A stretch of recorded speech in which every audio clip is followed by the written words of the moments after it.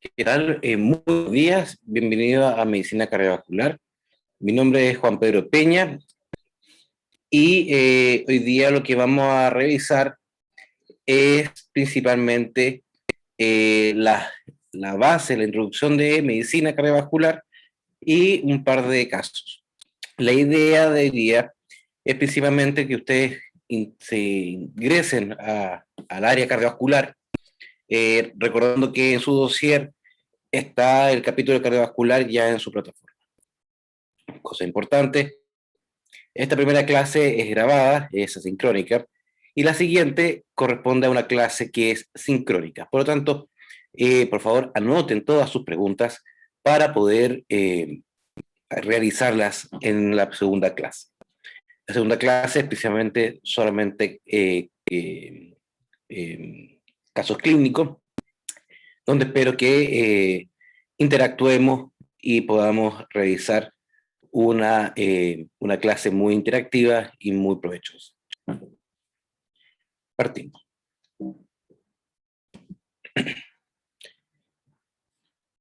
Estos dos pacientes es el mismo paciente con diferencia de una hora. En una, nosotros vamos a tener un paciente que está con una gran falla respiratoria, muy importante. El paciente, fíjense que él no está fijando ojos, prácticamente está inconsciente. Es una falla cardíaca de tipo catastrófica y hace esos movimientos respiratorios, se llama gasping. Gasping se llama boqueo. Técnicamente, desde el protocolo RECOVER del 2016 hacia adelante, se nombra que el gasping no se considera una respiración verdadera. Y en este caso particular, los propietarios no accedieron a reanimación ni más manejo médico, y por ello tenemos estos videos.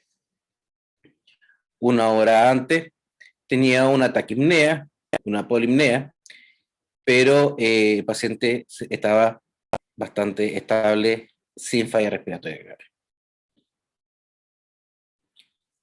De las cosas importantes, muy importantes, que siempre hay que encontrar y hay que tener en nuestra lista de checklist durante la evaluación cardiovascular, es principalmente el hecho de que nosotros tenemos estos 4 grandes puntos que debemos analizar al momento de enfrentarnos a un paciente que tiene sospecha de enfermedad cardiovascular. Partiendo por la edad. Por la edad, hacemos referencia principalmente a las enfermedades que aparecen según la edad.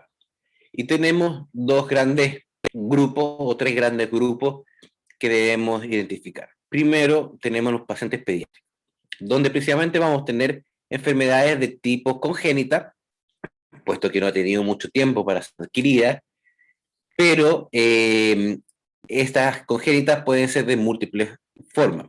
Puede ser de las más graves, que es el exoma de la tetralogía de Fallot, o algunas que no tienen mucha trascendencia funcional, como la dextroversión del corazón, cuando el corazón está girado completo de un lado hacia el otro, y patologías funcionales que son precisamente las comunicaciones y alteraciones musculares, como la elastosis.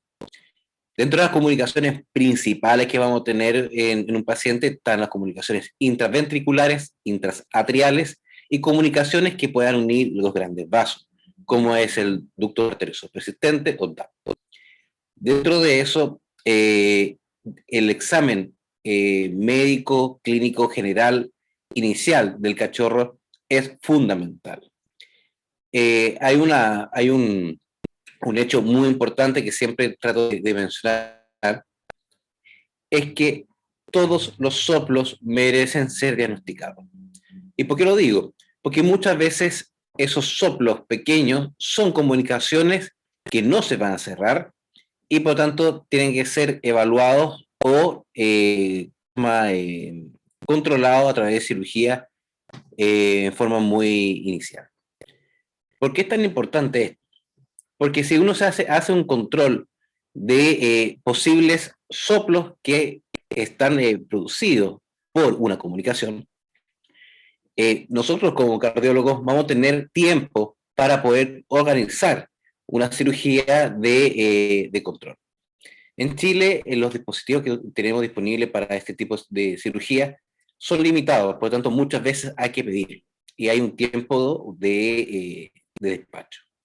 Y ese tipo de despacho puede ser de un día hacia otro, en caso que tenga existencia en Chile el, el dispositivo, o en algunos pacientes vamos a tener que esperar que lo traigan desde fábrica, que pueden demorarse semanas o meses.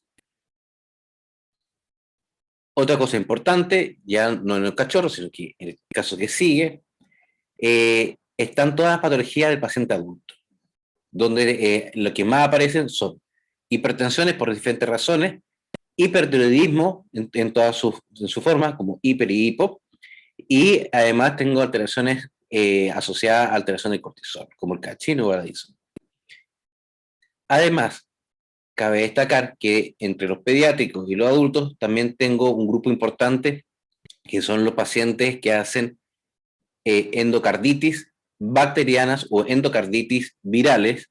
Principalmente tenemos dos, una que siempre hemos tenido, que es la cardiomiopatía inflamatoria por el parvo, pero además tenemos algunos registros en Inglaterra principalmente, que el COVID variante británica en algunos pacientes produjo endocarditis viral. No es algo masivo, gracias a Dios, no es algo que en todo momento lo tengamos, sin embargo, es algo que tenemos que tener dentro de nuestro checklist.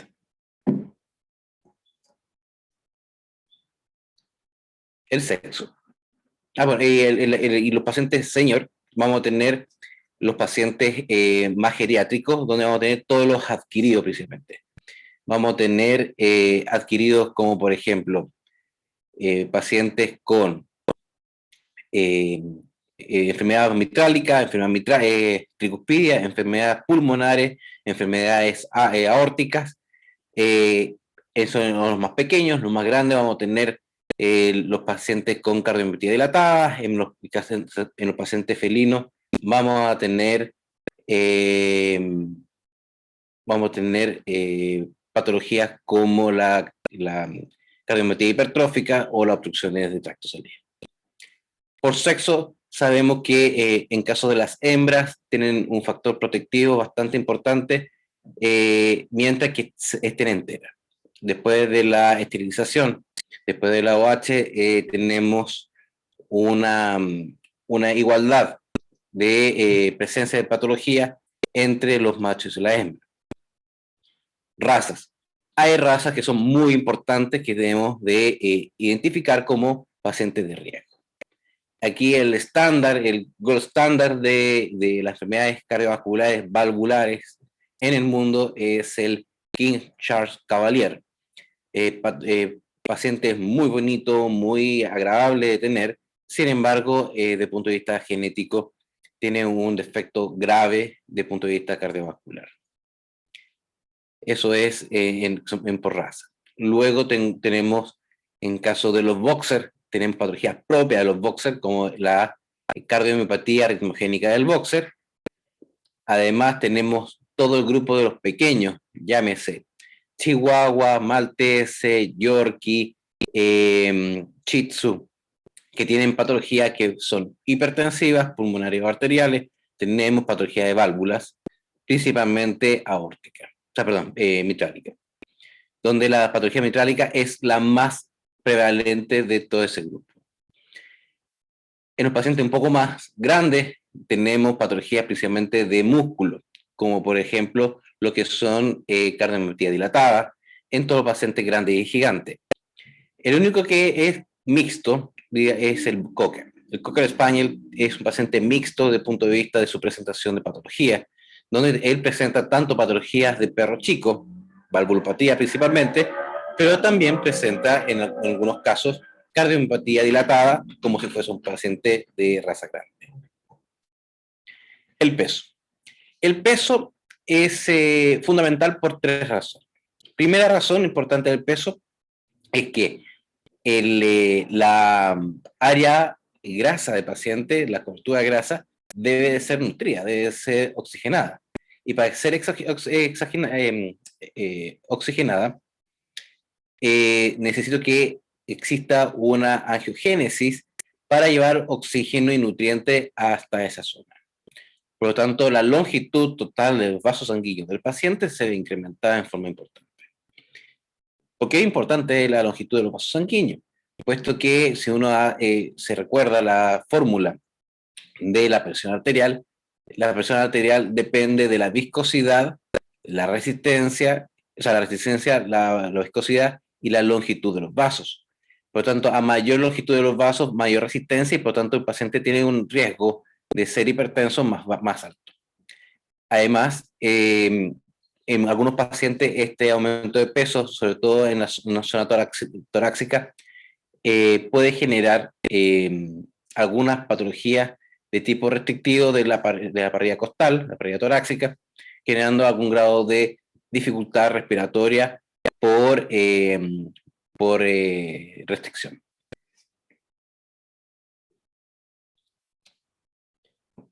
Algunas cosas que debemos seguir identificando es algunas cosas importantes desde el punto de vista del paciente. Disnea. Disnea, tenemos varios tipos de disneas agudas, crónicas progresivas, en reposo, en esfuerzo, respiratoria inspiratoria, expiratoria y mixta, ortopnea, paroxística y simple taquipnea. La disnea aguda es la disnea que se presenta en un leve lapso de tiempo, como ejemplo el paciente inicial que vimos hoy día, donde vimos que en un lapso de 1 hora, normalmente va entre 1 y 4 horas, el paciente instaura un edema pulmonar cardiogénico o no cardiogénico, donde la falla respiratoria va a ser en forma muy importante, muy aguda y muchas veces difícil de controlar. Las causas de estos problemas tenemos edemas pulmonares, cardiogénicos o no cardiogénicos, neumonías graves, obstrucción de vías aéreas superiores, neumotórax y embolias pulmonares. Dentro de lo que son disneas crónicas y progresivas, tenemos todas aquellas que en forma muy progresiva, semana a semana, día tras día, aumenta su dificultad respiratoria. Dentro de ellas tenemos la insuficiencia cardíaca derecha, que presentan ascitis o derrames pleurales, enfermedades pericárdicas, enfermedades bronquiales, enfermedades pulmonares como el enfisema. Además vamos a tener algunos como derrames pleurales, anemias progresivas, neoplasias primarias y secundarias. Además vamos a tener algunas disneas que se llaman en reposo o en esfuerzo. Cuando son unas disneas en reposo son mucho más graves que las que son de esfuerzo. Y la razón es la siguiente: que un paciente tenga un disnea o tenga un aumento de su esfuerzo respiratorio durante el ejercicio, es más probable que aparezca que cuando está tranquilo sin hacer ejercicio. Cuando aparece una disnea en reposo, desde el punto de vista funcional, la clasificación de la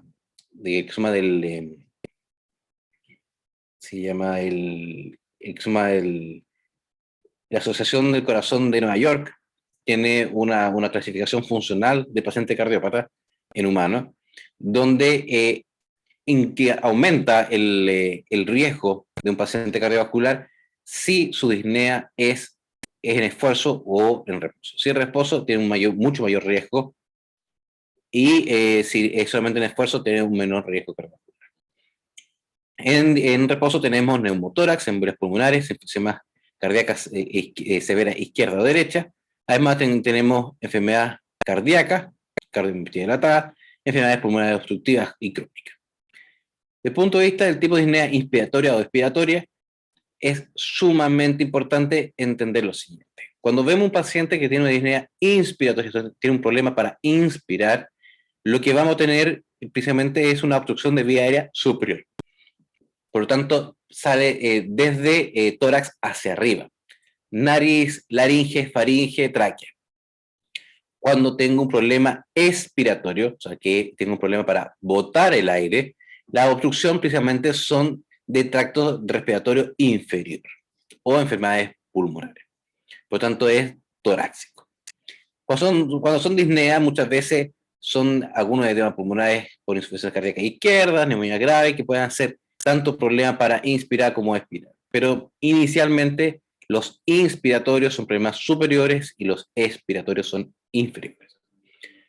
Ya llegando un poco al final, la ortopnea es muy importante, puesto que es una posición que muchas veces te señala el dueño, el paciente no te va a hablar, el dueño te va a conversar de que tenemos un paciente que va a presentar una posición con cabeza hacia arriba, miembros abiertos y la comisura labial extendida hacia atrás.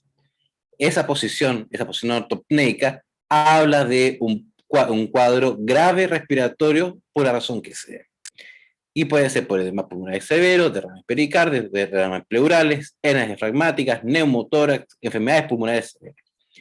Por tanto, cada vez que uno tenga un paciente por el teléfono, mire doctor, tengo mi perrito que, ¿sabes que no sé por qué no quiere bajar la cabeza y respira hacia arriba y está como sonriendo? Y sabe que no ha podido dormir en toda la noche porque está como sentado tratando de respirar. Eso es una ortopnea y eso habla de una emergencia desde el punto de vista respiratorio, por la causa que sea.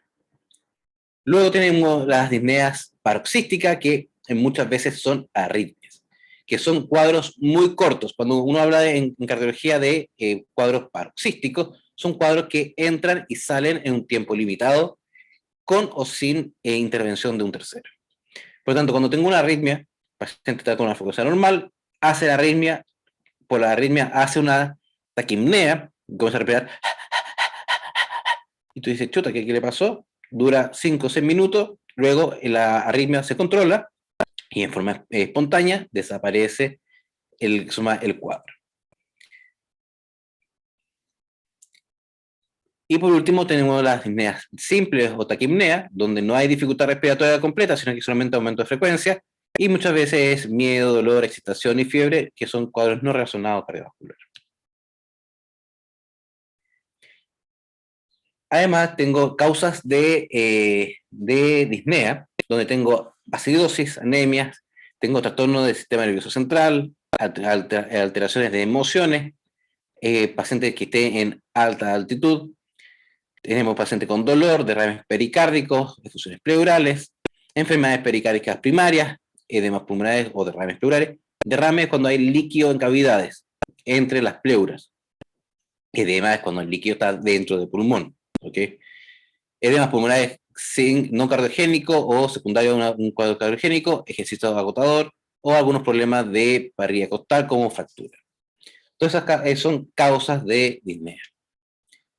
Hemoptisis. Esa otra cosa que nosotros siempre nos llega a la clínica, paciente con sangramiento, que puede ser una cosa muy venosa, muy gota a gota, o puede ser muy arterial, donde nos redecora el piso de la consulta.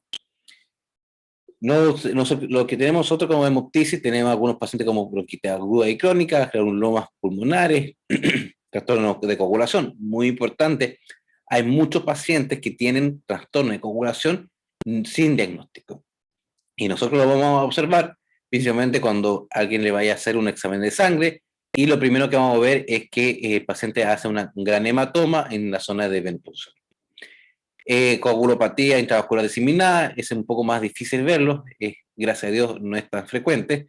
Torsiones del lóbulo pulmonar, a mí me pasó solamente una vez en un paciente, en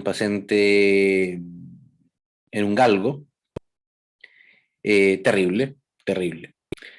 Neumonias orales o de otras zonas de neoplasias, embolias pulmonares, infecciones fúngicas, muy importante, hay muchos pacientes fúngicos sin diagnóstico que le hacen tratamientos eternos de antibióticos que jamás van a funcionar. Neoplasias pulmonares, cuerpo extraño respiratorio, súper frecuente. Tengo un gran amigo del doctor, el doctor Sancho, Vicente Sancho, que hace endoscopía y me muestra cada cosa que tiene la vía aérea de los pacientes. Es impresionante cómo pueden entrar. Enfermedad de gusano corazón, severa con cor pulmonar. Esa enfermedad en Chile con infección local no tenemos porque no tenemos el vector. Sin embargo, tenemos un cerro de pacientes que están llegando a Chile desde otros países que sí traen ya el gusano instalado en su ventrículo derecho, ¿ya? Por lo tanto, importante, pese a que no tengamos la enfermedad de gusano corazón con infección dentro de Chile, es perfectamente posible que un paciente que venga ya infectado desde afuera pueda generar el cuadro. Por lo tanto, siempre es una posibilidad, sobre todo en pacientes que han vivido afuera. Neumonías severas, edemas pulmonares graves, como cuando hay ruptura de cuerdas tendinosas, que son un cuadro muy agudo, muy grave, y hay sangramiento por todos lados y cuadro respiratorio. Y obviamente si hay un trauma o contusiones pulmonares, pueden generar hemoptisis. Síncope. En cuanto a los síncopes, ¿qué es un síncope? Es la pérdida de la conciencia de un paciente por causa cardiovascular, desacreditando cuadros de tipo neurológico. El síncope es una pérdida de tono total, es una atonía. Por lo tanto, muchas veces, y digo muchas, pero son requete contra muchas veces, tengo pacientes que llegan a cardiología por síncope y la verdad que eran convulsiones. Entonces, señora, ¿cómo fue su síncope? No, quedó tieso y después se relajó. Ya, y cuéntame, y cuando le pasaba eso, los ojos, ¿qué hacían? No, se movían de lado a lado. Te juro, eso fue un tremendo síncope. Bueno, cuando yo tengo un paciente con síncope, es como si le hubiesen sacado las pilas, con un perrito de Duracell sin pila. Lo que entonces lo que vamos a tener nosotros es un paciente que en forma abrupta va a haber un cese del flujo sanguíneo, por diferentes razones que lo vamos a ver enseguida, y el paciente pierde el tono muscular. Alguien alguna vez me preguntó, pero el rigor mortis es duro. Sí, pero no aparece de inmediato, aparece al rato. Por lo tanto, lo que vamos a tener nosotros en un síncope es una pérdida de tono, una atonía aguda del paciente de todas sus masas musculares. Por lo tanto, ¿cuáles son las causas de un síncope en perro y gato? Tenemos enfermedades bajo gasto cardíaco, principalmente la cardiometría dilatada. Además, vamos a tener algunas bradicarias graves, cuando hay bloqueos completos, síndrome de seno enfermo, súper poco frecuentes, pero yo veré una vez al año más o menos un seno enfermo, cuadros súper graves. Desgraciadamente, el único tratamiento para los bradicarias graves es el marcapaso. Eh, ¿Cuál es el problema? Bueno, primero el precio, los marcapasos son caros. Segundo gran problema que tenemos con respecto a las bradicarias graves que producen síncope, tenemos la disponibilidad de equipo, pese a que si hay dinero como para comprarlo, la disponibilidad es un poco más lenta en medicina humana. Cada clínica tiene un stock de diferentes marcapasos para poder colocar.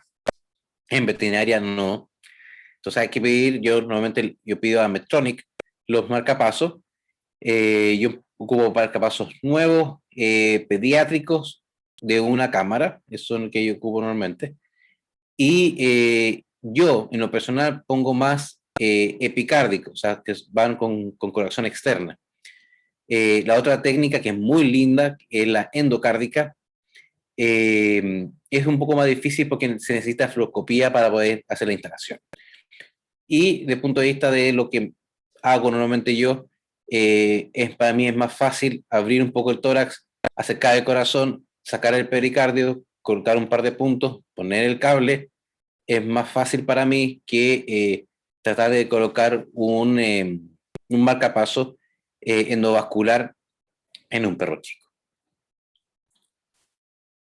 Bueno, y lo otro es que como hay un tiempo de delay que entre que el importador del equipo te lo tengan, te lo traigan, te lo dejen en la clínica, ya el último paciente que era candidato ya se hizo la compra y estaba en espera de la compra y el paciente falleció antes. Por lo tanto, es un tema no menor el tiempo, porque desde el diagnóstico hay que correr. Taquicardias sostenidas severas, como taquicardias auriculares o ventriculares, también puede generar síncope. En este caso, es muy curioso porque el paciente va a haber una pérdida de tono, el paciente se va a desmayar, uno va a tocar el tórax y el tórax, el corazón está fuerte. Taca, taca, taca, taca. ¿Por qué? Porque cuando tú tienes una taquicardia muy alta, el tiempo de contracción, el tiempo de eyección se mantiene, pero el tiempo de llenado disminuye. Por tanto, cada vez que aumenta la frecuencia cardíaca, disminuye los tiempos de llenado. Por tanto, va a llegar un punto donde prácticamente no voy a tener llenado y el corazón va a tratar de eyectar aire y no va a poder. ¿Ok? Entonces, en esos pacientes es un poco más fácil que el caso de bradicardia, porque lo que vamos a hacer es colocar medicamento para deprimir el miocardio para que vuelva a una frecuencia normal o más normal.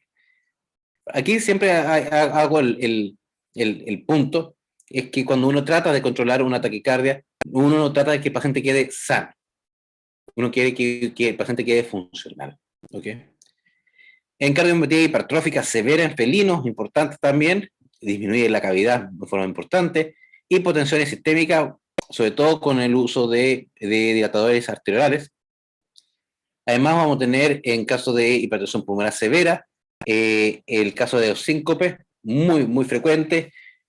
Yo tengo dos pacientes, había un PAG de una colega que se desmayaba entre 4 y 5 veces al día, un paciente cachorro, el paciente tenía como 4 meses, con una hipertensión pulmonar severa, no había posibilidad de entrar a pabellón por diferentes razones, y lo que se hizo es hacer un manejo de hipertensión pulmonar medicamentoso y el paciente nunca más convulsionó, o sea, nunca más se desmayó.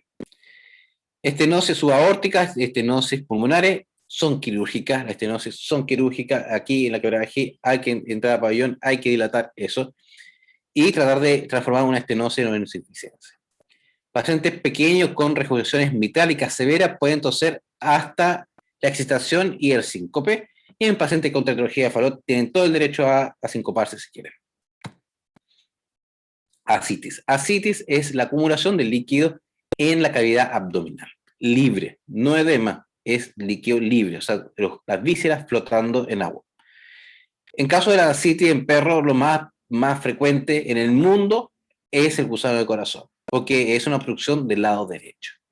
Sin embargo, lo que más tenemos nosotros aquí, que las enfermedades del gusano del corazón, pese a que hay pacientes que vienen importados con la enfermedad, nosotros no tenemos infección local,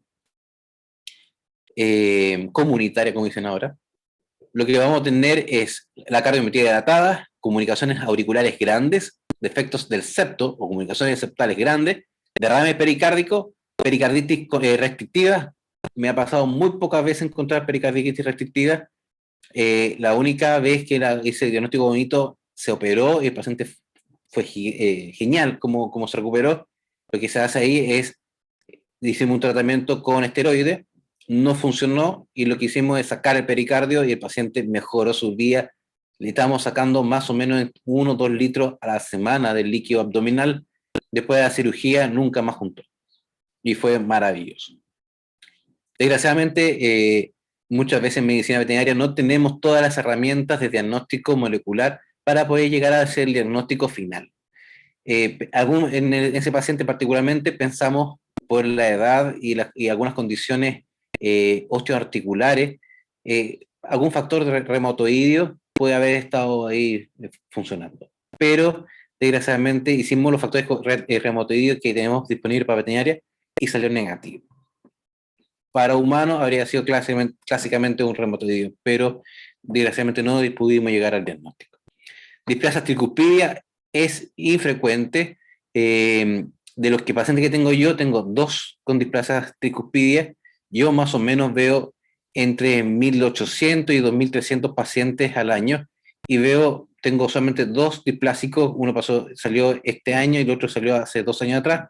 Los 2 están muy bien. La displasia tricuspidia lo que es que la tricúspide no está colocado en el mismo plano, en la misma posición que la mitral, por lo tanto está un poco más abajo, generando un cambio en la proporción entre la aurícula y el ventrículo. Entonces queda un ventrículo más pequeño y una aurícula muy grande.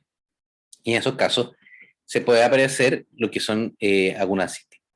Regurgitaciones tricuspidias por valvulopatía crónica, claramente, y cualquier enfermedad cardíaca, eventualmente en el paciente crónico puede aparecer ascitis. Ya, aquí vamos a entrar ya un poco en materia a la patología más importante en perro pequeño, que es la cardiopatía valvular mitrálica o insuficiencia cardíaca congestiva, que es el cuadro clínico. Recordar o decirle que cardiopatía valvular mitrálica es la forma con que más se conoce en Chile, pero en el mundo existen múltiples formas para mencionar esta enfermedad, como enfermedad valvular mitrálica, enfermedad mixomatosa valvular mitrálica, endocardiosis mitrálica, y hay cientos de formas más de mencionar la misma patología. Por tanto, ojo, cuando vean patología de la válvula mitral, averiguan bien si es lo mismo o es otra enfermedad. En general, la gran mayoría son estas. Desde el punto de vista de etiología, es desconocida. Hay algunos antecedentes de algunas patologías o alteraciones del colágeno, que vamos a ver más adelante, que pueden estar relacionados con la presentación de esta enfermedad valvular mitrálica.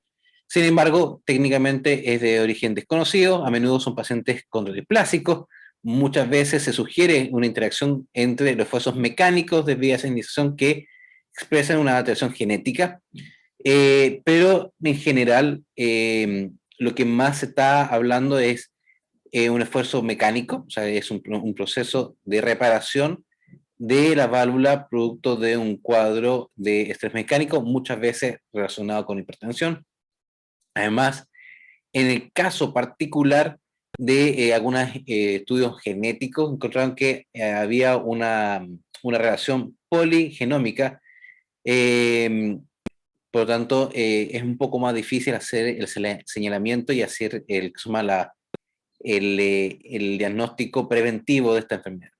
A diferencia del Kinshasa-Cavalier, que el Kinshasa-Cavalier en su estado normal genera insuficiencias cardíacas graves por debajo de los 5 años. Por lo tanto, en los estudios grandes de esta enfermedad, la raza que se utiliza normalmente es el Kinshasa-Cavalier, que es por lejos el modelo clínico de esta enfermedad. Algunos factores predisponentes: cualquier tipo de hipertensión, hipotiroidismo, pacientes de raza mediana, o sea, de edad mediana o avanzada, y raza pequeña hasta 15 kilos. Cuando los signos clínicos son leves, el pronóstico es bueno, absolutamente bueno. ¿Por qué? Porque es un paciente bien llevado, bien controlado, llevando con algunas de las directrices del ACMIN. ACMIN es el American College of Internal Medicine, que es el Colegio Americano de Medicina Interna, que pone un poco las recomendaciones para algunos manejos de algunas patologías importantes. Dentro de ellas tenemos el manejo del paciente mitrálico. Y ellos, ahí lo vieron, lo vamos a ver un poquito más adelante, hicieron una división muy fácil que va de la A a la B, donde uno va definiendo el grado de compromiso del paciente según la clasificación por letras y números. ¿Por qué es tan importante esto? Porque un paciente, por ejemplo, paciente B1, paciente que tiene un soplo pero no tiene remodelación, y logro mantenerlo con dieta, con manejo, manteniendo bajo peso, o sea, un peso controlado, con un ejercicio prudente, con buena calidad de salud en el paciente, es un paciente que tiene un pronóstico muy bueno y pues probablemente va a morir de cualquier otra cosa menos de su cardiopatía. Sin embargo, si el paciente es un paciente que viene de largo plazo, que tiene patologías muy severas, además ha presentado azotemia en el momento o ha presentado azotemia en el tiempo, el pronóstico absolutamente reservado, desfavorable. Y si hay ruptura de cuerda o dilatación grave de aurícula izquierda, el cuadro ya es mucho más desfavorable para el paciente. Ahí está la clasificación, va de la A a la B, donde la A es un paciente de riesgo, pero no tiene nada. No hay dilatación de cavidad, no hay soplo, no hay nada. Y lo que uno busca siempre esos pacientes, son pacientes de riesgo, por ejemplo, el Kinshasa-Cavalier desde nacimiento es un paciente de riesgo, un paciente PUR, un paciente maltés, un paciente Yorkie, son pacientes de que siempre están en riesgo y siempre hay que educar al propietario con respecto a los controles y las posibilidades de enfermedades que pueda tener su paciente. Y siempre hacer reevaluaciones anuales. Paciente B se divide en dos, B1 y B2. B1 es el paciente que tiene soplo, pero no tiene remodelación alguna, o sea, no hay dilataciones, no hay hipertrofia, no hay nada. Por lo tanto, a un VHS, a una imagen, o sea, una valoración del tamaño cardíaco con respecto a su escala vertebral, va a tener un tamaño completamente normal, probablemente por debajo de 10.5. Y el tratamiento todavía no es necesario y sí se manda a cardiología para hacer la evaluación de qué tipo de soplo tiene y si es necesario comenzar algún tipo de suplementación. Paciente B2, el paciente que tiene soplo y ya comenzó con dilataciones y hay presencia de dilatación cardíaca por sobre 10.5 de VHS o dilataciones de la aurícula izquierda por sobre 1.5 en relación a la aorta, vamos a tener, eso es evaluación ecocardiográfica, vamos a tener ya un paciente que va a necesitar probablemente un antihipertensivo, vamos a tener algún tipo de diurético en caso sea necesario. Ya el paciente C es el paciente que ya tiene su primera falla cardíaca, su cuadro congestivo. Y su cuadro congestivo se expresa principalmente en la retención del líquido en abdomen o tórax o en pulmón. Principalmente si es mitrálico, es edema pulmonar. ¿Y cómo se trata esto? ¿Cómo se controla? Principalmente con furosemida, pivendam, y ECAS, como enalapril, captopril, miselopril, y esprevactona y otro tratamiento que sea necesario. Aquí es importante poner un detalle. El uso del pivendam en el mundo es extremadamente usado. Y cuando digo extremadamente usado, llega hasta la locura. O sea, casi el paciente que casi no tiene nada le meten el pivendam. ¿Por qué? Porque hay un estudio que se presentó hace bastantes años atrás, donde vimos que el uso de pivendam mejoraba la sobrevida de los pacientes, sobre todo si partía el tratamiento en forma muy inicial, y la verdad que se ocupa muchísimo en todo. En Chile tenemos dos problemas. Primero, para que un medicamento entre a Chile, el medicamento debe de ser presentado a la autoridad sanitaria. La autoridad sanitaria en veterinaria es el SAG. Y esa presentación, según la gente de Boehringer Ingelheim, que es el laboratorio que creó Pionda, ellos lo han presentado varias veces, según ellos, y Chile le pide estudios locales. Y eso es para todo medicamento que llega a Chile que se quiere comercializar en forma lista en Chile. Por lo tanto, el lado el lado comercial de Pivendam como pastilla en Chile está prohibido, puesto que en Chile no hay permiso de venta de Pivendam o todas sus formas en Chile porque no tienen registro. O sea, es como estar vendiendo droga.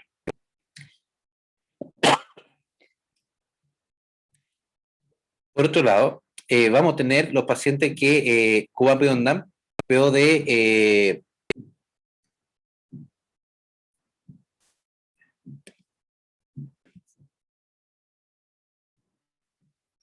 entonces, la otra opción que tenemos es los pacientes que ocupan magistral. Magistral son los medicamentos, no sé si ustedes lo saben, son medicamentos que uno manda a fabricar en la farmacia.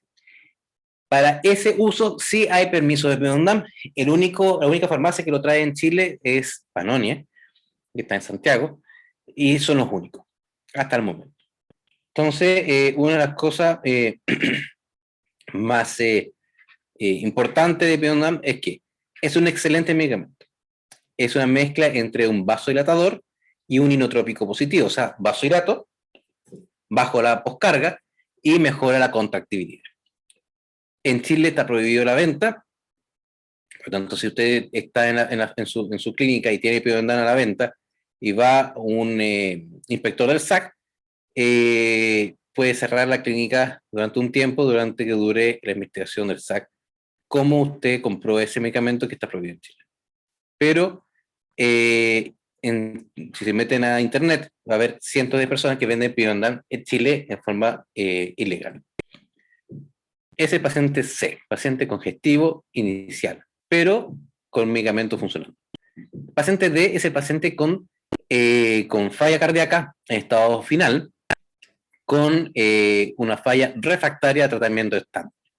Cuando digo tratamiento estándar es el típico furosemida, espiroxatina, piondan, menadapil. Y muchas veces ahí hay que ocupar algunos otros medicamentos, como por ejemplo el sildenafil, que es un vasodilatador pulmonar, el ocupar un tercer diurético, como por ejemplo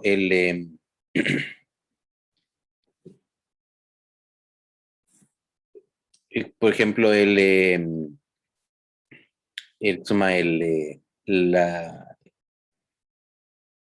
más?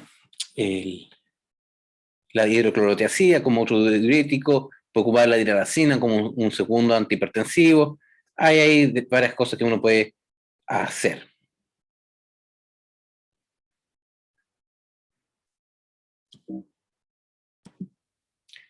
Ya. Por lo tanto, desde el punto de vista del tratamiento, precisamente se basa en la tríada típica de cardiología, que es furosemida, espironolactona, pionam, o furosemida, espironolactona, enalapril. Funciona bien. Mi recomendación siempre es que partan con tratamiento con dosis baja. Yo ocupo dosis súper baja de inicio, porque hay muchos pacientes que con esa dosis baja es suficiente para comenzar a su tratamiento. Recuerde que el paciente no se debe de adaptar a usted, usted se debe adaptar al paciente.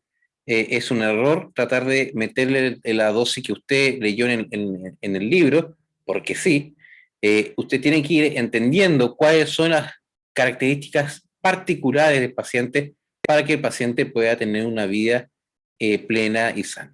¿Ok?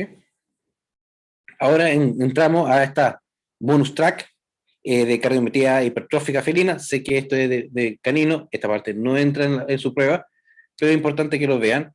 Precisamente que la cardiometría hipertrófica felina es muy prevalente, prácticamente entre el 15 al 30% de los gatos pueden tener algún grado de esta. Importante, la edad en promedio puede aparecer entre los 5,5 y los 6,5 años de edad, pero a cualquier edad puede aparecer. Tengo pacientes de meses de edad ya con hipertrofia, se define como idiopática y se considera como una cardiomiopatía hipertrófica hereditaria familiar. Muy importante, algunas razas súper predispuestas, súper importante hacer el control anual de estos pacientes toda su vida, que es el Maine Coon, el Ragdoll, el persa, el británico de pelo corto, el americano de pelo corto, el bosque de Noruega, el Banks, el Sphinx, Bengala, el Scottish Fold y todas las mezclas del Sphinx, Bambino y Elf. Además tenemos que identificar dos mutaciones que ya están definidas en Estados Unidos. El laboratorio de genómica de la Universidad de California ya lo hace tiempo, que es el MIBP3 en sus dos variaciones, que es una alteración de la proteína C con unión a la miocina cardíaca, y se dan precisamente en los Mainicum y los Ractor.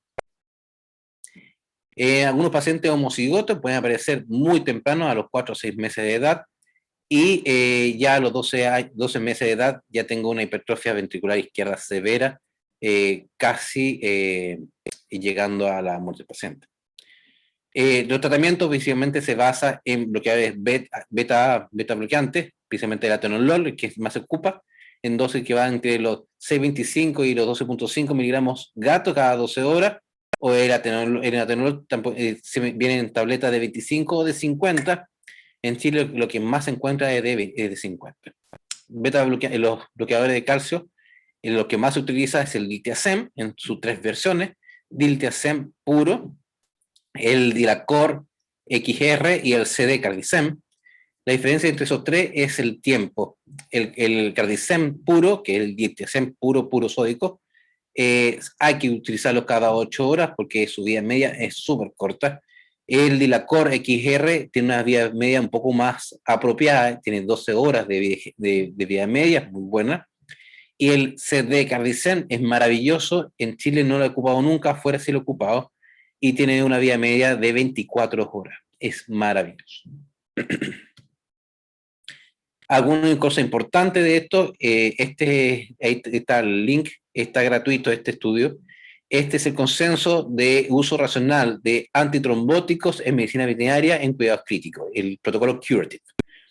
Y el subdominio 3 del uso de protocolos antitrombóticos es sumamente interesante que ustedes puedan observar el uso de los anticoagulantes, los antiagregantes plaquetarios y los antitrombóticos. Aquí aparece toda esa parte en este estudio. Muy interesante. Esto en la parte de fenilo lo van a ahondar. Pronóstico, mientras que no haya dilatación o remodelación de la aurícula izquierda, es buen pronóstico. Pueden durar más de 6 años. Yo tengo 2 felinos particularmente que ya están llegando a los 8 años desde el diagnóstico de hipertrofia ventricular izquierda. Nunca han hecho dilataciones, gracias a Dios, están tratados con todo, están con atenolol, están con clopidogrel como antiagregante plaquetario. Es un paciente que está suplementado con carnitina y taurina y ha estado muy bien todo esto. Sin embargo, si hay pacientes sin síntomas de engrosamiento obvio pared con aumento de dilatación, es muy mal pronóstico. El pronóstico de sobrevida es algunos meses y la terapia puede variar. Importante, si hay aumento del tamaño de la aurícula, hay aumento del riesgo de trombosis. Volvemos a canino. La cardiomiopatía dilatada. La cardiomiopatía dilatada es la patología más frecuente de los perros grandes y gigantes. Por lejos, ¿cómo se define? Es una enfermedad que es una enfermedad muy, muy prevalente en esta raza, y principalmente por varias razones. Primero, es una falla en la musculatura del corazón, o sea, es una falla en la contractibilidad global del corazón. Y esta enfermedad puede ser por dos vías.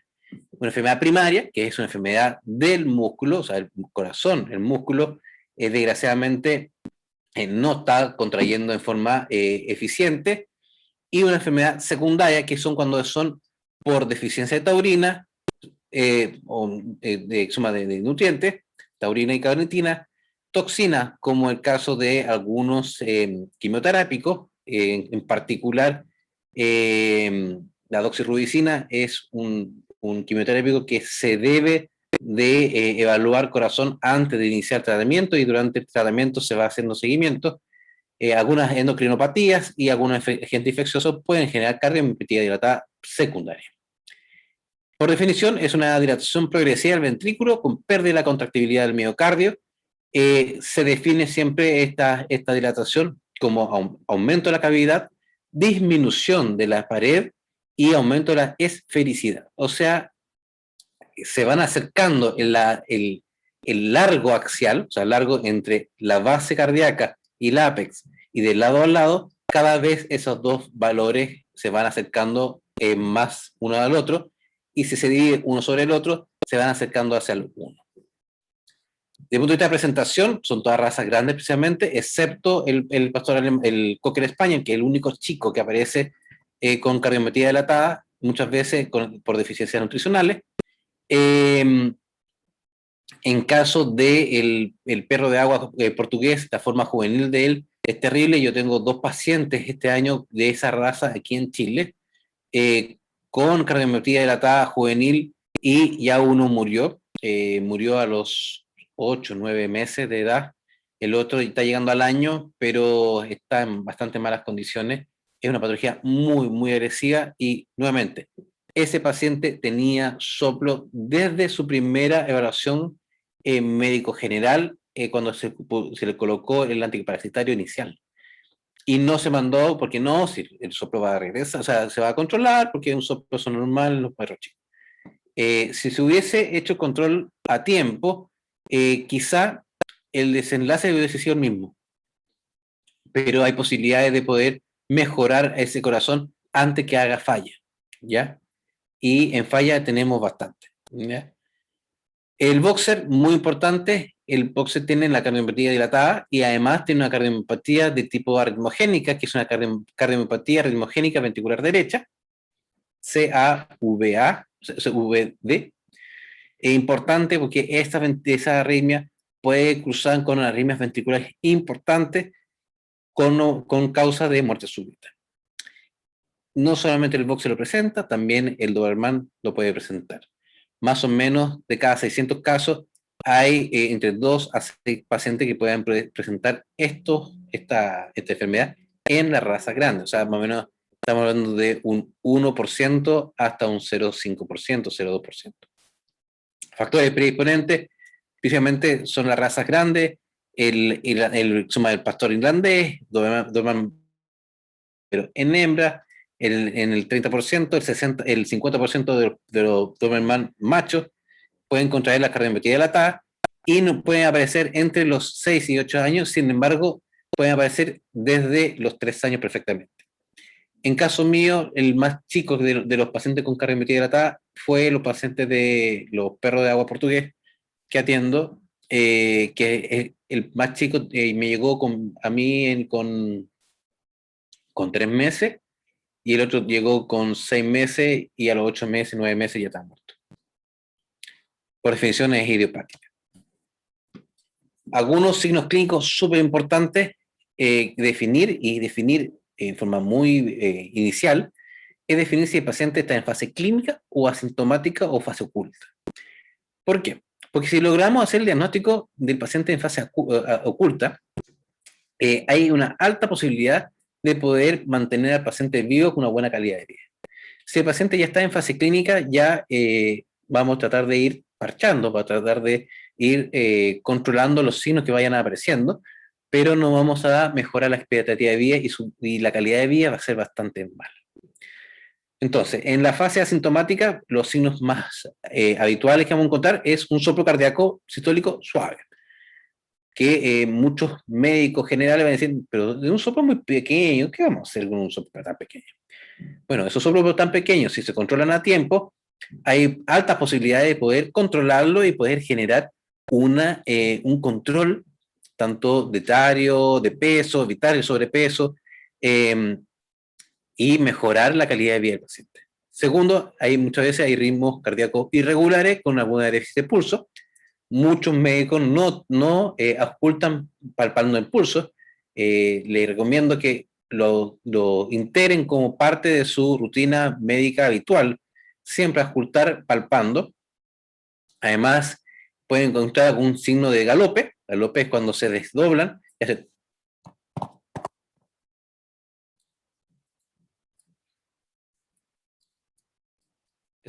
Eso galope.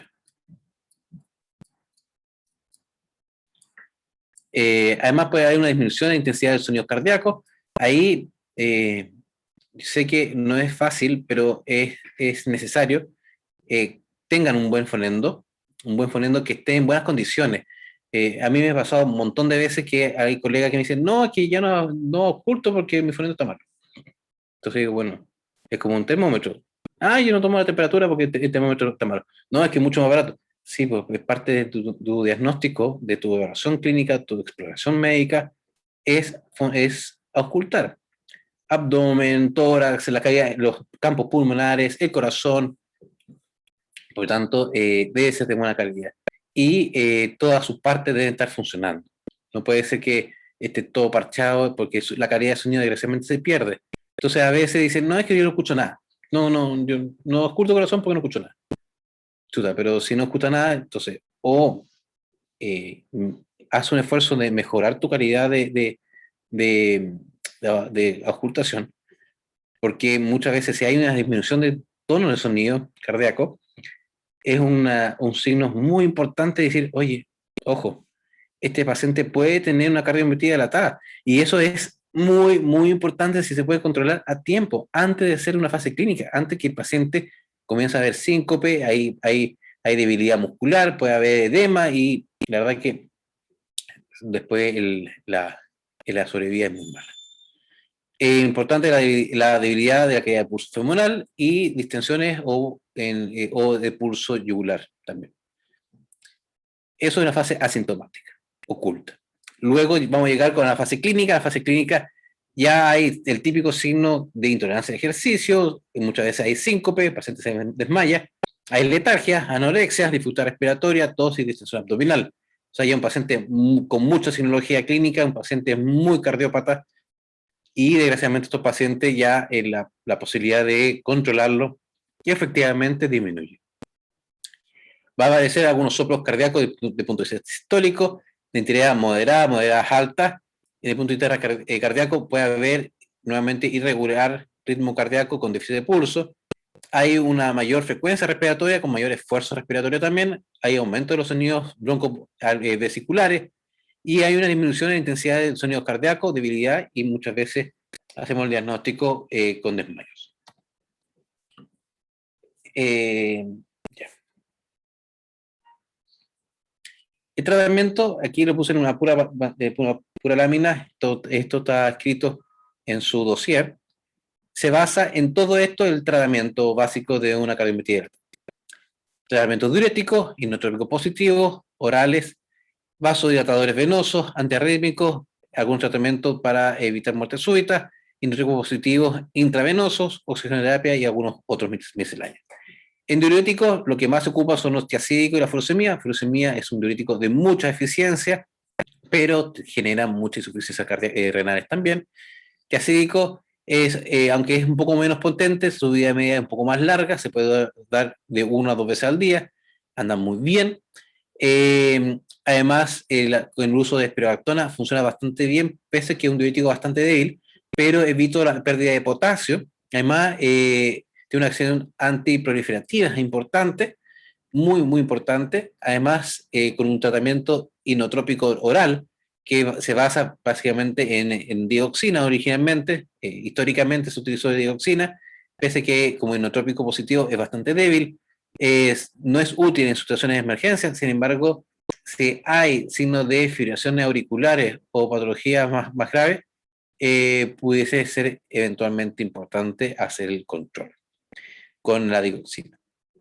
Los beta bloqueantes e inhibidores de la fosfodiesterasa, bastante importante si hay un tratamiento con infusión constante, y son útiles en situaciones de emergencia. El uso pidondam es un medicamento único porque es un inotrópico positivo, vasodilatador, es un tratamiento combinado, o sea, con efectos combinados, y algunos estudios ya han identificado que aumenta la supervivencia y la calidad de vida del paciente con el uso pidondam.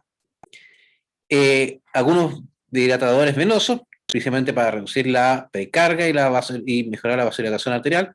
Tenemos precisamente los inhibidores de la renina-angiotensina-aldosterona, donde tengo precisamente los ECA, enalapril, captopril, gaceptil. En Chile no se ocupan mucho, o sea, en el mundo no se ocupan mucho los ARA2, como el albosartán. El temmisartán sí se está ocupando en algunas aplicaciones. Yo creo que dentro de los próximos años va a haber más tratamientos en base a temmisartán. Los sartán se ocupa prácticamente nada. Antiarrítmicos se ocupa bastante en caso que tenga alguna arritmia. La arritmia que más se ve en estos pacientes son las ventriculares. El tratamiento típico es con lidocaína o amiodarona. La melixantina es maravillosa, pero en Chile no está, y en los países cercanos tampoco está. No, al menos de lo que sé yo, sé que en Perú no está, en Argentina y en Brasil tampoco está. En Estados Unidos todavía queda. Esotalol, muy buen medicamento, es un beta bloqueante bastante bueno, además tiene una ligera inotrópico positivo, anda bastante bien. En Chile siempre hubo, que se llama IPECOR, después de la pandemia del COVID, no llegó más, estamos viendo si va a llegar, pero ¿qué más hago yo? Mando a Argentina a comprar el Sotalol o el Ipecor. Aquí en Chile la caja salía como 30 y tanto, 40.000 pesos, la caja que te duraba un mes. En Argentina te sale como 7 lucas, 4 lucas, y las cajas son gigantes. Otra cosa importante es el manejo de la muerte súbita, evitar algunas taquicardias ventriculares paroxísticas o fenómenos RSOT que pueden aparecer. El uso de sotalol es muy bueno, solo o en combinado con mesitantina, en caso que puedas encontrarlo. El uso de atenolol también se puede utilizar en dosis de 0,3 a 0,4 miligramos kilo 2 veces al día. siempre mantener libre de líquido en abdomen y tórax, siempre hacer rastreo con ecografía buscando líquido tanto en efusiones pleurales como en ascitis. En caso de urgencia, de emergencia, tenemos algunos inotrópicos de tipo intravenoso, que es la dopamina. La dopamina y la dobutamina son inotrópicos positivos, la dopamina más vasoconstrictora que inotrópica, y dopamina es inotrópico positivo, pero tiene efectos vasodilatadores secundarios. Por lo tanto, cuando se quiera utilizar el uso de una dopamina en un paciente, lo primero que tiene que asegurar que el paciente tenga presiones normales o ya está normalizada. ¿Qué significa? Si el paciente está hipotenso y está hipotenso y inotrópico y está con baja contactibilidad, entonces lo que vamos a hacer con ese paciente es agarrar al paciente, mejorar la presión, mejorar la postcarga, probablemente poner un poquito de dopamina o norepinefrina, subir la presión, al subir la presión mejoramos, excelente, y una vez que mejoramos la presión, puede ocupar dobutamina. Si las presiones no están normalizadas, no se debiera ocupar dobutamina. Oxigenoterapia, muy buena. Hay que utilizarlo porque son pacientes que su capacidad de transporte de oxígeno está limitada, puesto que el transporte de sangre está disminuido. Y lo que vamos a utilizar son jaula de oxígeno, más o menos mejora la fracción inspirada de oxígeno un 40%, ¿sí? Por vía nasal directa, por cánula, puedo subir más o menos hasta el 50-55%. Algunos misceláneos importantes que utilizo bastante yo son la L-carnitina, normalmente en perros grandes y gigantes se ocupan entre 500 y 1000 miligramos sin problema. En el uso de suplementación de aceite de pescado o omega 3 omega 6 se ocupa muchísimo. El que más estoy ocupando actualmente se llama NutriBebé, es un aceite que se le coloca al alimento, se compra en los supermercados. Es un aceite fortificado en omega 3 con grado alimenticio para bebés y se funciona bastante bien. La coenzima Q10 era difícil encontrarla, actualmente llegó un medicamento que se llama Tonipet, que es un suplemento alimenticio para pacientes cardiópatas, eso lo trae, me parece que lo trae la gente de Holiday, si la memoria no me falla, pero se llama Tonipet, y es un complemento de varios nutrientes y además tiene coenzima. Y vitamina antioxidante, vitamina E, A y C, importante también. Pronóstico. En los pacientes de supervivencia, va entre 3 a 4 meses en Doberman Pinscher, de 5 a 6 meses en otras razas, en el paciente clínico. Pacientes que sobrepasan los 7 meses de vida desde el diagnóstico de fase clínica, puede durar más tiempo, más o menos se estima que más o menos entre un 10 a un 15% de los pacientes pueden sobrevivir más de un año. Por lo tanto, la esperanza de vida es súper limitada. Si uno logra hacer diagnóstico, ojalá en la fase oculta, en la fase preclínica o asintomática, es esencial, porque una vez que se hace clínico, la expectativa de vida, más o menos para el 90% de los pacientes, es dentro de los próximos 12 meses. ¿Ya? Es súper angustiante muchas veces, porque son pacientes que están partiendo con la patología, hace el diagnóstico clínico, pacientes ya 2, 3 síncopes, ves el corazón prácticamente no se contrae, y tú tienes que decir, ¿sabes que la esperanza de vida es de aquí? Solamente el 10 a 15% de los pacientes sobrepasa el año, y el resto de los pacientes mueren desde 3 a 4 meses hasta 6 meses desde el diagnóstico. Es un pronóstico extremadamente desolador. Hay que saber manejar al paciente y al propietario muchas veces, porque es una noticia muy mala. Ojalá ustedes puedan, ¿cómo decirle? Puedan entender qué pasa en la vida de un paciente, o sea, de un dueño, cuando dice, sabe que su paciente en 6 meses se muere. Y ustedes ven que se desmayó 2 veces, ¿no? Y probablemente, y desgraciadamente ha pasado. Muchas veces otros colegas le han dicho, no, pues, si se desmayó, ha sido que comió algo, no sé, cualquier tontería. ese día hay quien parece que no almorzó bien, así que no se preocupe, si no va a pasar nada. Y tú dices, ¿sabes que tiene 6 meses de sobrevida? Es un desastre. Así que incito a tratar de hacer el diagnóstico desde lo más temprano. Las aseguradoras en Estados Unidos ya hace tiempo promueven los controles preventivos. Los controles preventivos lo hacen desde los 2 años, 2 años, 5 años, 7 y 9, eh, y en razas predispuestas. Por ejemplo, si tienen un paciente boxer, un paciente Doberman, un paciente Gran Danés, un paciente Cocker, la recomendación es, si el paciente puede y ven algún grado de riesgo, eh, que le hagan controles todos los años. Llegamos un poquito allá a los patologías eléctricas, las arritmias. La taquicardia ventricular es cuando hay de 3 a más complejos ventriculares seguidos.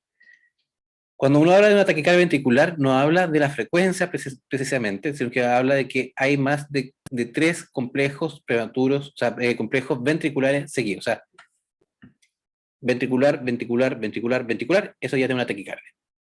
De ahí hacia adelante son taquicardias, ¿ok? Una taquicardia, o sea, un ventricular puede ser un complejo prematuro ventricular, un complejo ventricular simplemente. Si hay 2, es una dupleta, si hay 3, es una tripleta, si hay 4 hacia arriba, taquicardia.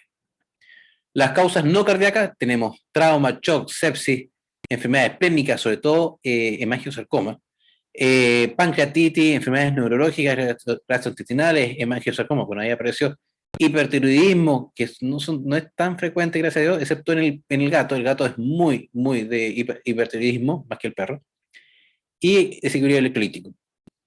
Todas esas causas, fíjense que son causas la mayoría son de emergencia, excepto las gastrointestinales, que son una complicación importante, porque muchas veces no haces el match, no haces la conexión entre que el paciente tiene una gastritis o una diarrea y que pueda tener una taquicardia ventricular. Uno piensa que tiene taquicardia porque está deshidratado, pero no porque está con una arritmia. Por el lado de las causas cardíacas, propiamente tal, tenemos las cardiopatías traumáticas, tenemos cardiopatías dilatadas, tenemos enfermedades valvulares, principalmente mitrálicas y tricuspidias, cardiopatía arritmogénica boxer. Una súper importante, y yo solamente la he visto una vez en mi vida, fue la cardiomiopatía chagásica. La cardiomiopatía chagásica o el Chagas, lo que genera son los megacolon, megaesófago, megacardio. Y hace los 3 mega y hay otras cosas más que hace. Es importante, si ve un paciente que no, o sea, que lo operaron de megaesófago, así que lo alimentamos paradito, no, y además que está súper con constipación porque tiene megaesófago, o sea, megacolon, no, y además tiene el corazón súper grande. Luz de alerta, puede ser Chagas. En Chile existe Chagas, está súper controlado, sobre todo de la región metropolitana hacia el norte, pues hay algunos focos Chagas, pero el cambio climático está haciendo que ese orden maravilloso que tenía Chile, que era como súper ordenadito, se está perdiendo, y algunos de estos vectores pueden viajar más al sur. Y la cardiomiopatía hipertrófica felina siempre, siempre metido dentro de las causas de taquicardia ventricular.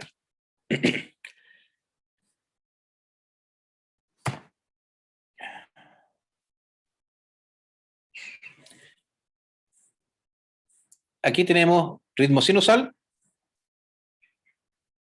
Eso sí lo que van a ver.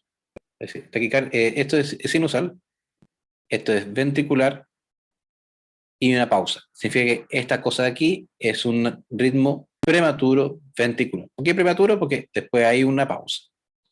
Sinusal, ventricular, pausa. Sinusal, ventricular, pausa. Fíjense, ventricular, ventricular, ventricular, ventricular. 1, 2, 3, 4. Esto es una taquicardia ventricular paroxística, porque se detuvo sola. ¿Ok? Lo mismo.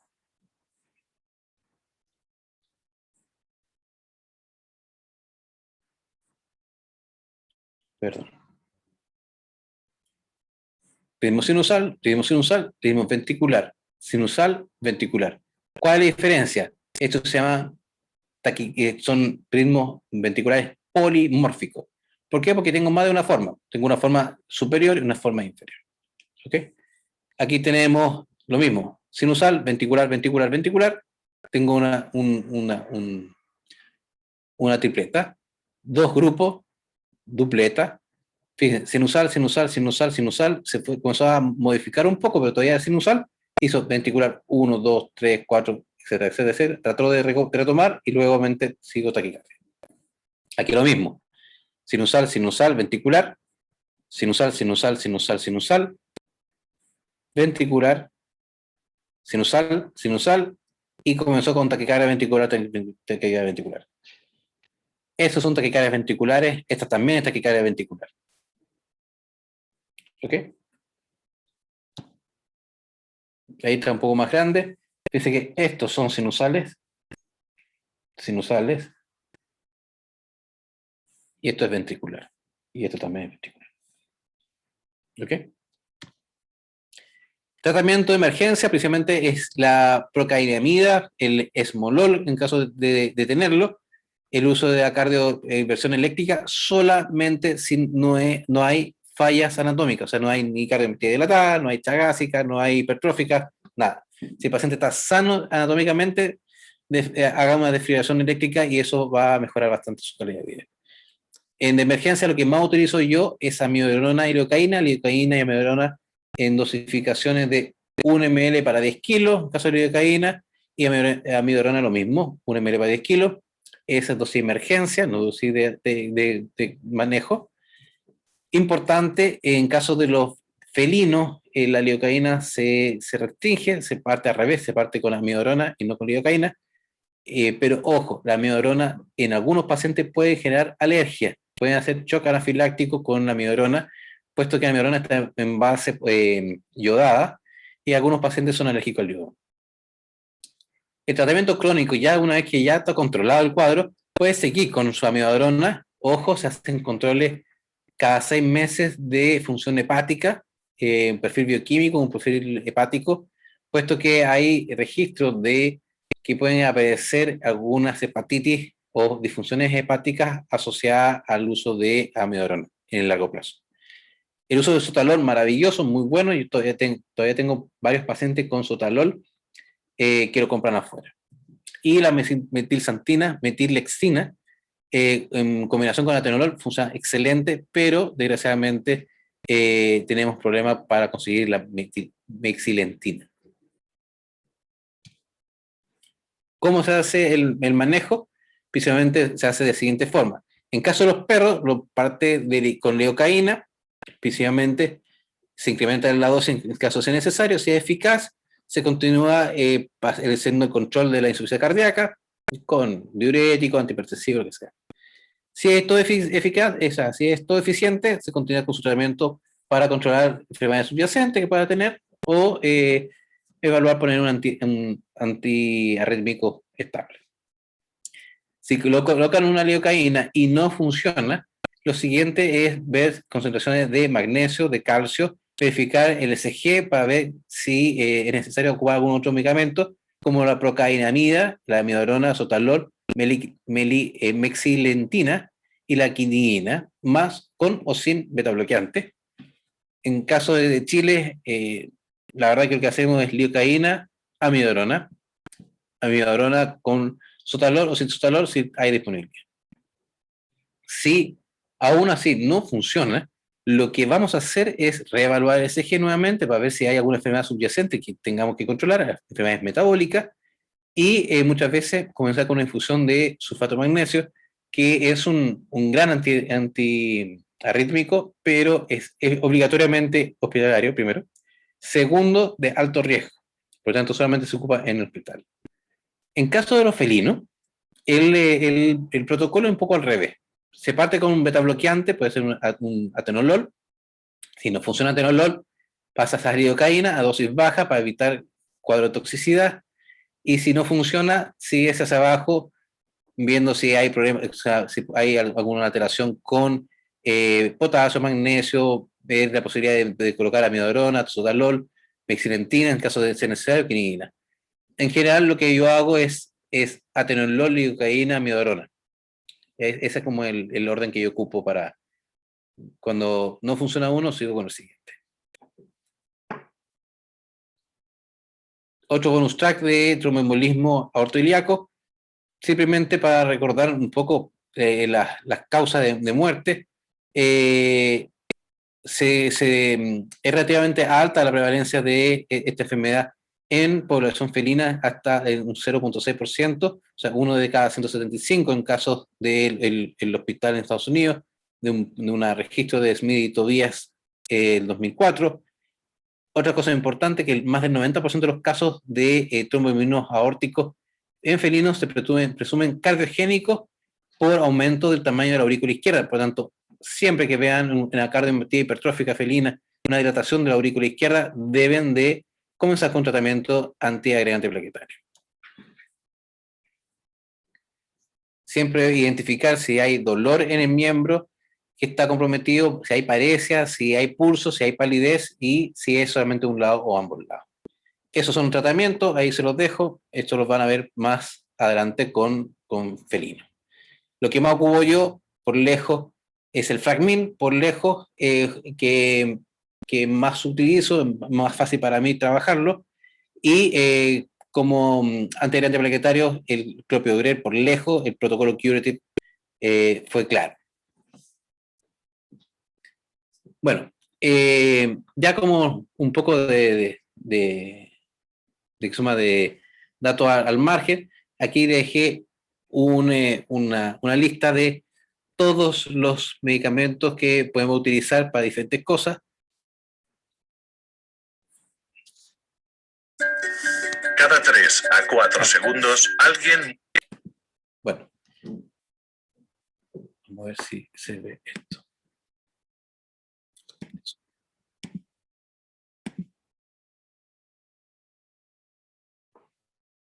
Vamos a ver si pueden ver el video. Cada 3 a 4 segundos, alguien muere de sepsis. La sepsis es una emergencia. La sepsis es la vía final común a la muerte de la gran mayoría de las enfermedades infecciosas en todo el mundo. La sepsis es la causa de muerte más evitable en todo el mundo. Afecta a 27 a 30 millones de personas al año. 6 a 9 millones mueren. Muchos sobrevivientes se enfrentan a consecuencias a largo plazo, como la pérdida de algún dedo o extremidades, mala memoria y concentración o trastorno del estrés postraumático. Se puede evitar mediante la vacunación, medidas de saneamiento como el acceso a instalaciones sanitarias limpias y agua limpia, parto limpio y, sobre todo, conciencia. Usted puede ayudar a poner fin a la crisis de sepsis. Dígale a sus seres queridos. Participa en el Día Mundial de la Sepsis el 13 de septiembre de cada año. Mientras estabas viendo este vídeo, 55 personas murieron de sepsis. La sepsis es una emergencia. Cuanta más gente sepa acerca de la sepsis, más seguro es todo el mundo. Detén la sepsis, salva vidas. Ya. Bueno, esto un poco para terminar en la parte introductoria. Nosotros en Red Intensiva, yo soy el director del área veterinaria de Red Intensiva, siempre pensar en el caso de la sepsis. Nosotros vimos que en cardiología hay un montón de enfermedades que pueden estar asociadas a sepsis, y siempre tenerlo como un diagnóstico. De hecho, esta semana tuvimos un paciente que llegó a cardiología, un paciente viejita, inapetencia, nada muy serio, pero estaba con piometra. Una piometra terrible. Entró a pabellón, se logró salir, ahí está tratando de recuperarse, ya 2 días postoperada. Pero ojo, un paciente que estaba hace 2 semanas con tratamiento con antibiótico y medicamento para guata, porque estaba con inapetencia y tenía un poco de diarrea, pero nada más que eso. Así que ojo, la sepsis siempre debe ser un prediagnóstico dentro de su evaluación médica. Ok, ya con esto terminamos esta parte y vamos a comenzar ya los casos clínicos.